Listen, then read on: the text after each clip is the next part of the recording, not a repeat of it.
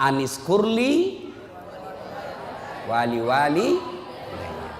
Bersyukur kepada Allah dan bersyukur pula kepada kedua orang tuamu.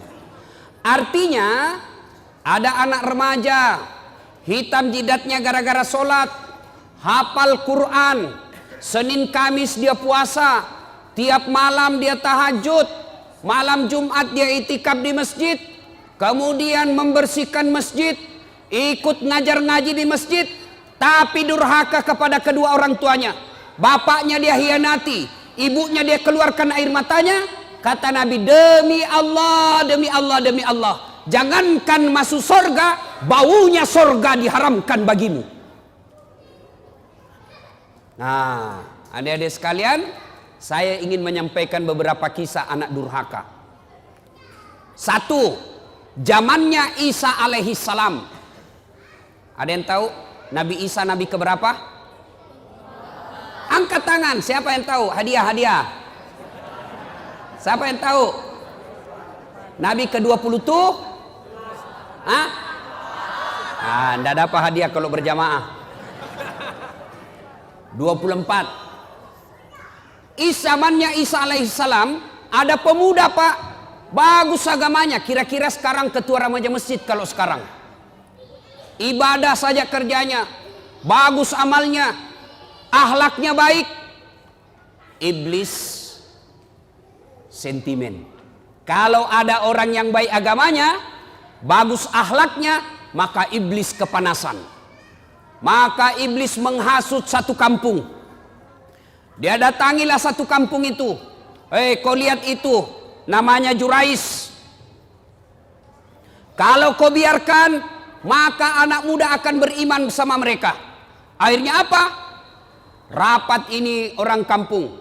Saudara-saudara sekalian, bagaimana ini Jurais? Makin hari, makin banyak yang simpati sama dia. Bagaimana caranya dihabisi ini? Ada yang usul, bagaimana kalau kita sogok dia duit? Tidak mempan, dia bukan mata duitan. Bagaimana kalau kita sogok dia jabatan? Tidak mempan, dia tidak gila jabatan. Lalu ada yang urus usul, Jurais kan anak muda. Jadi gimana? Kirim cewek paling kece, kirim cewek paling seksi, bayar dia, suruh goda Jurais. Akhirnya apa? Jurais, apa dosanya Jurais sehingga dihukum Allah? Suatu ketika lagi sholat sunnah, Allahu Akbar, dipanggil sama ibunya, Jurais, Jurais sini kamu. Bingung Jurais, saya sholat atau jawab panggilannya ibuku. Dipanggil kedua kalinya ibunya, Jurais, sini kamu. Jurais tidak menjawab, bingung, saya lanjutkan atau saya sholat. Akhirnya apa? Dipanggil 3 kalinya, Jurais, sini kamu. Tidak menjawab.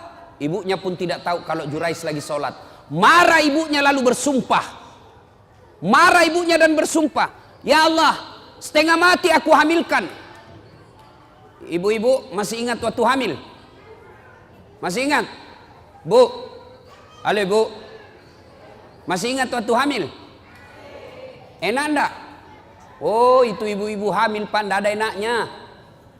Jalan setengah mati, duduk setengah mati, tidur sebelah kanan nyamping sesak napas, nyamping kiri poso. Satu saja gayanya kalau sudah hamil, gaya pasrah. Coba, dia bilang ibunya, Jurais, setengah mati ku hamilkan, setengah mati ku lahirkan. Ibu-ibu masih ingat waktu melahirkan? Ada ndak ibu-ibu melahirkan senyum? Ada ibu-ibu melahirkan keluar kona, tidak, pasti setengah mati.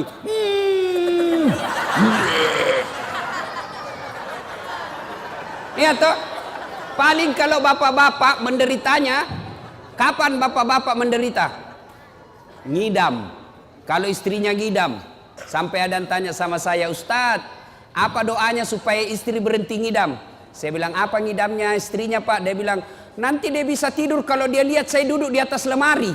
Wah, jadi kalau istrinya mau tidur jam 10, setengah 10 sudah naik suaminya di atas lemari. Saya bilang, berhenti kau nak kasih bodoh-bodoh kau itu.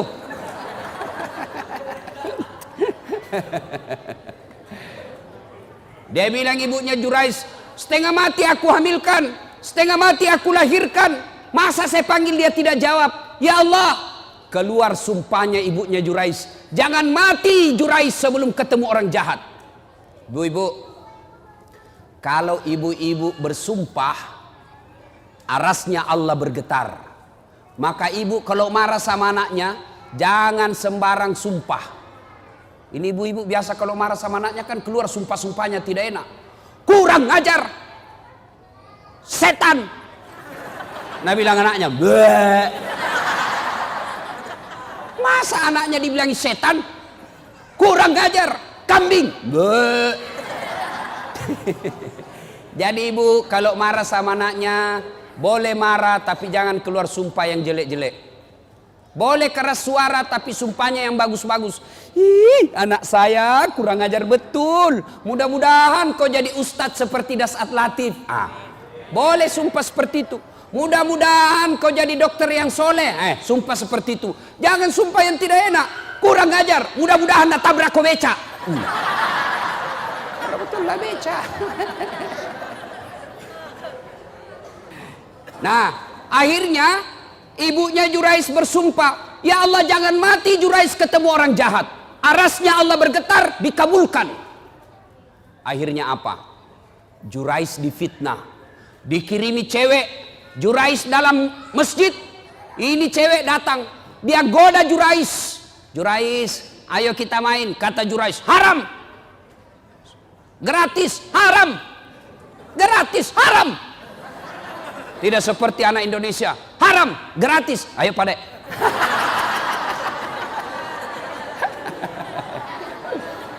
Ini cewek sudah dibayar, mondar-mandir di depannya Jurais. Dia pegang pipinya Jurais, dia pegang dadanya Jurais, dia buka bajunya. Jurais mantap, astagfirullah. Dia tutup matanya, astagfirullah, astagfirullah, astagfirullah.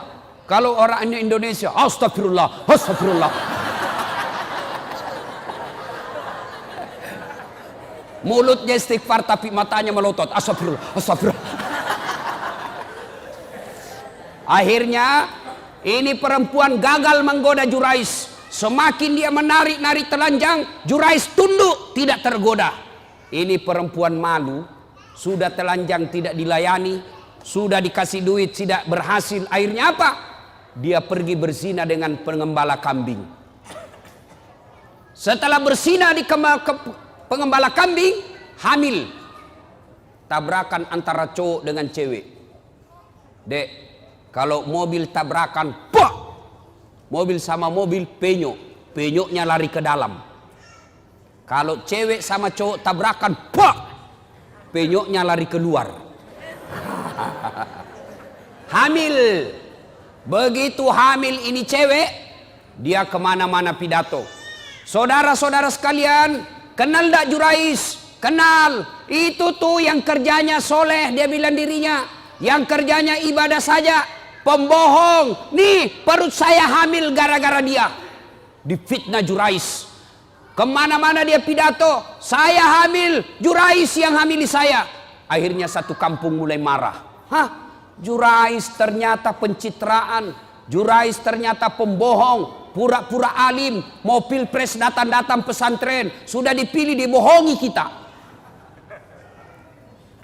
Marah. Akhirnya Jurais dilempari. Dilempar. Sampai kena pipinya. Berdarah pipinya. Jatuh giginya. Kata Jurais, demi Allah bukan saya. Bohong. Dilempar lagi. Bukan saya. Demi Allah bukan saya. Akhirnya begini. Kata Jurais begini.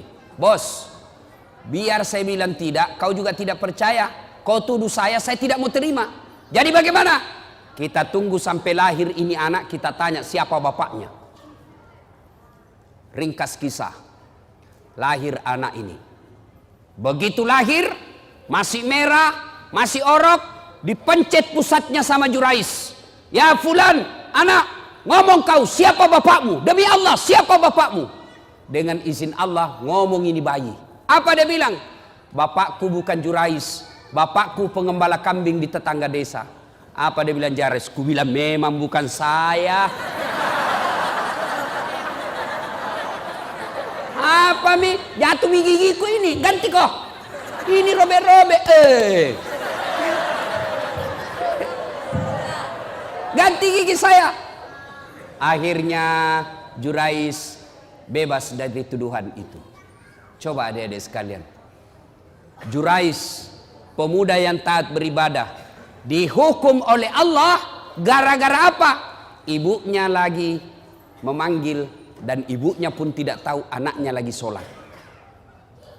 Itulah sebabnya ada 11 kewajiban anak kepada orang tua.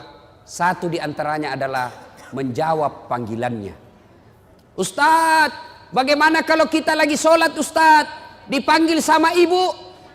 Maka kalau dia laki-laki, misal baco. Orang Bugis itu kalau anak laki-laki baco. Kalau perempuan ece. Banyak orang Bugis di sini? Banyak? Jago ini orang Bugis Pak. Kemana-mana saya ketemu orang Bugis. Saya ke Pulau Kijang, banyak orang Bugis. Saya ke Guntung, banyak juga orang Bugis. Saya pergi pelosok Kalimantan Timur, ketemu banyak juga orang Bugis. Saya pergi Singapura, ada Bugis Street. Saya pergi Sabah Sarawak, banyak juga orang Bugis. Begitu saya masuk penjara, banyak juga orang Bugis. Penceramah juga malam ini orang Bugis juga. Wah. Ibu bapak saudara-saudara sekalian, Jurais dihukum oleh Allah gara-gara apa? Dipanggil ibunya dia tidak menjawab padahal dia lagi sholat. Nah, bertanyalah orang, Ustadz, kalau lagi sholat dipanggil ibu, bagaimana caranya menjawabnya? Kalau dia laki-laki, Rahman, maka jawabnya Allahu Akbar. Panggil lagi, Rahman, Allahu Akbar. Tapi kasih tahu ibunya dulu.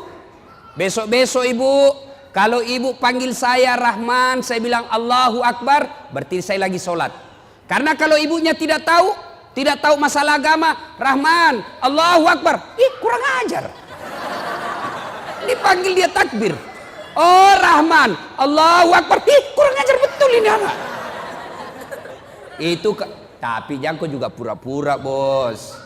Dia tidur, Rahman, Allahu Akbar.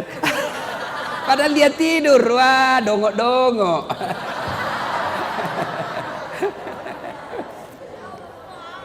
Itu kalau laki-laki. Bagaimana kalau perempuan? Kalau perempuan, karena suaranya adalah aurat, maka perempuan tidak boleh mengatakan Allahu Akbar. Ini ada adik cewek, ada santri di sini, santriwati. Ada. Kenapa perempuan saurannya aurat? Karena kadangkala suara perempuan memang mendayu-dayu membuat laki-laki bernafsu. Halo? Iya bang. Itu kan langsung bernafsu orang. Mana ya bang? Maka supaya kalian tidak bernafsu laki-laki, tegaslah engkau menjawab telepon. Halo? Ya, kenapa? Mundur itu laki-laki. Halo bang. Beleng-beleng.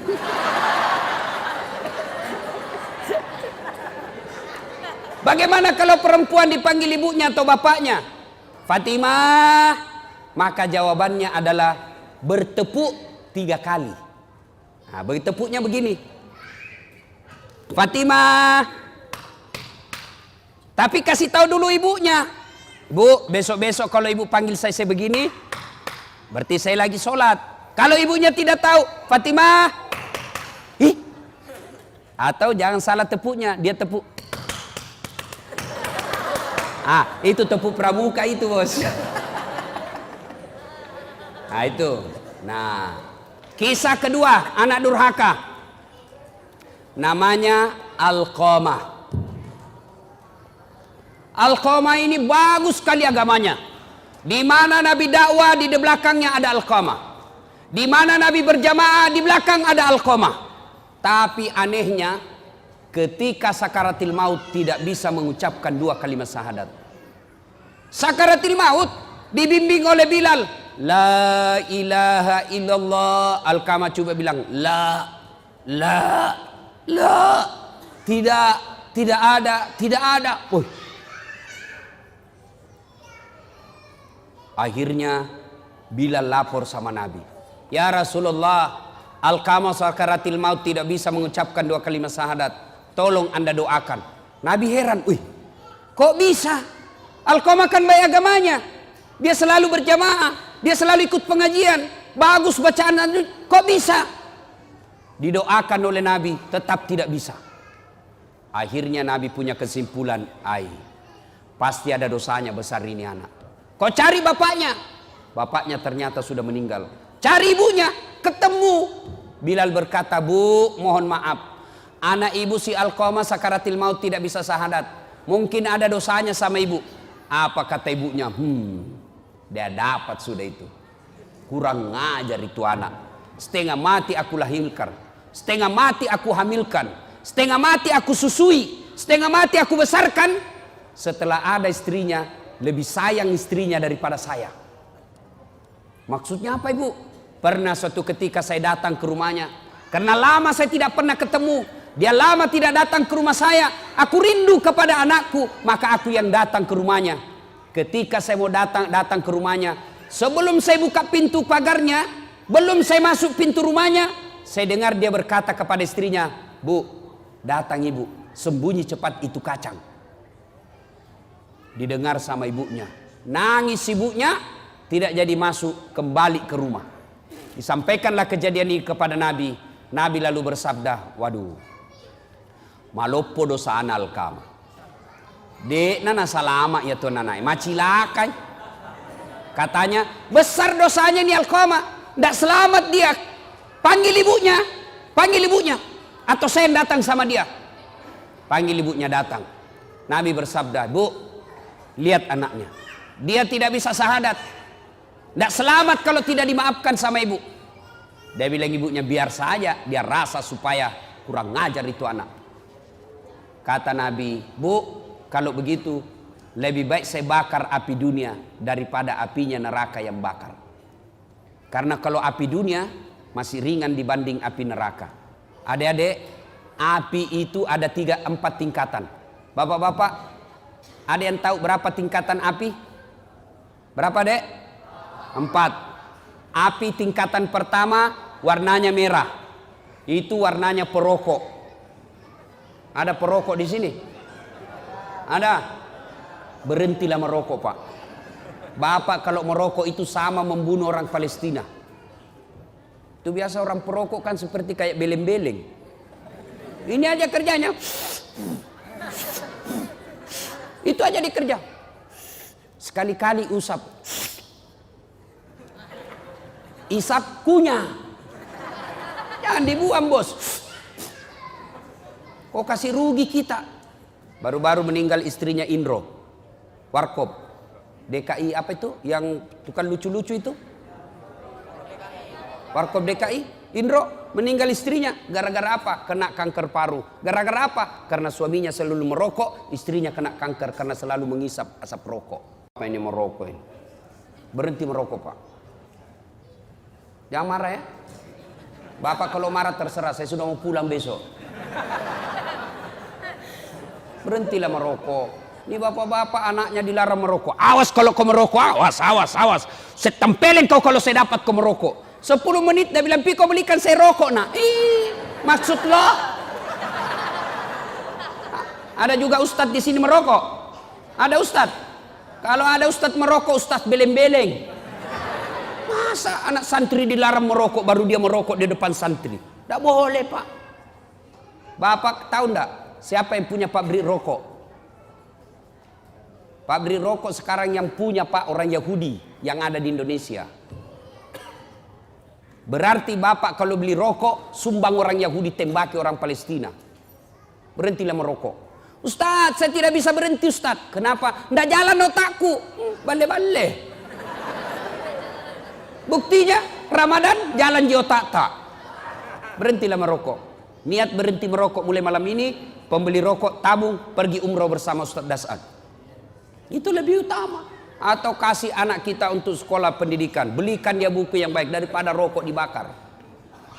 Ya, tapi dia bilang mahasiswaku, Ustadz rokok tidak merusak. Sembarang kau bilang tidak merusak Ustadz. Sembarang kau bilang. Yang penting rokok tidak ketemu api. Ayalah, kalau rokok tidak ketemu api ya memang tidak merusak. Nah, ibu bapak saudara-saudara sekalian, akhirnya tingkatan pertama warnanya merah, tingkatan kedua dibakar 1000 tahun warnanya biru seperti kompor gas, bakar 1000 tahun warnanya menjadi putih seperti tempat-tempat itu pembukaan timah, pabrik tambang. Itu warnanya putih apinya sehingga tidak kelihatan kalau dia disemprot. Bakar 1000 tahun, inilah apinya neraka, warnanya hitam. Kata Nabi, lebih baik saya bakar api dunia daripada apinya neraka. Ibunya katakan silahkan. Nabi perintah kumpulkan kayu. Kumpul kayu, nyala besar. Lalu Nabi tanya ibunya, ibu betul tidak mau memaafkan anaknya? Betul ya Rasul. Kalau begitu angkat. Kata Nabi angkat, lempar masuk ke bara api. Begitu mau dilempar masuk ke api, ibunya berteriak, tahan, tahan. Ya Rasulullah, jangan kau bakar anakku.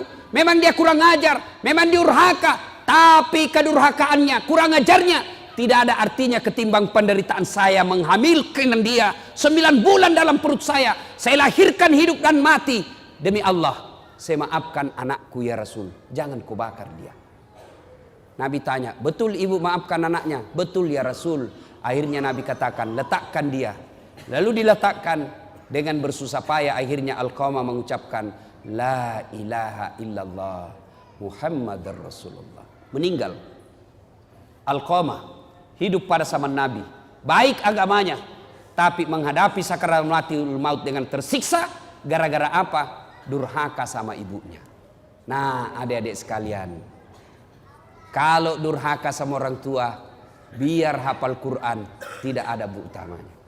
Tapi saya yakin-yakinnya, ini adik-adik semua nih yang hadir di sini, saya yakin masuk hafal Quran salah satu tujuannya karena ingin membahagiakan orang tua.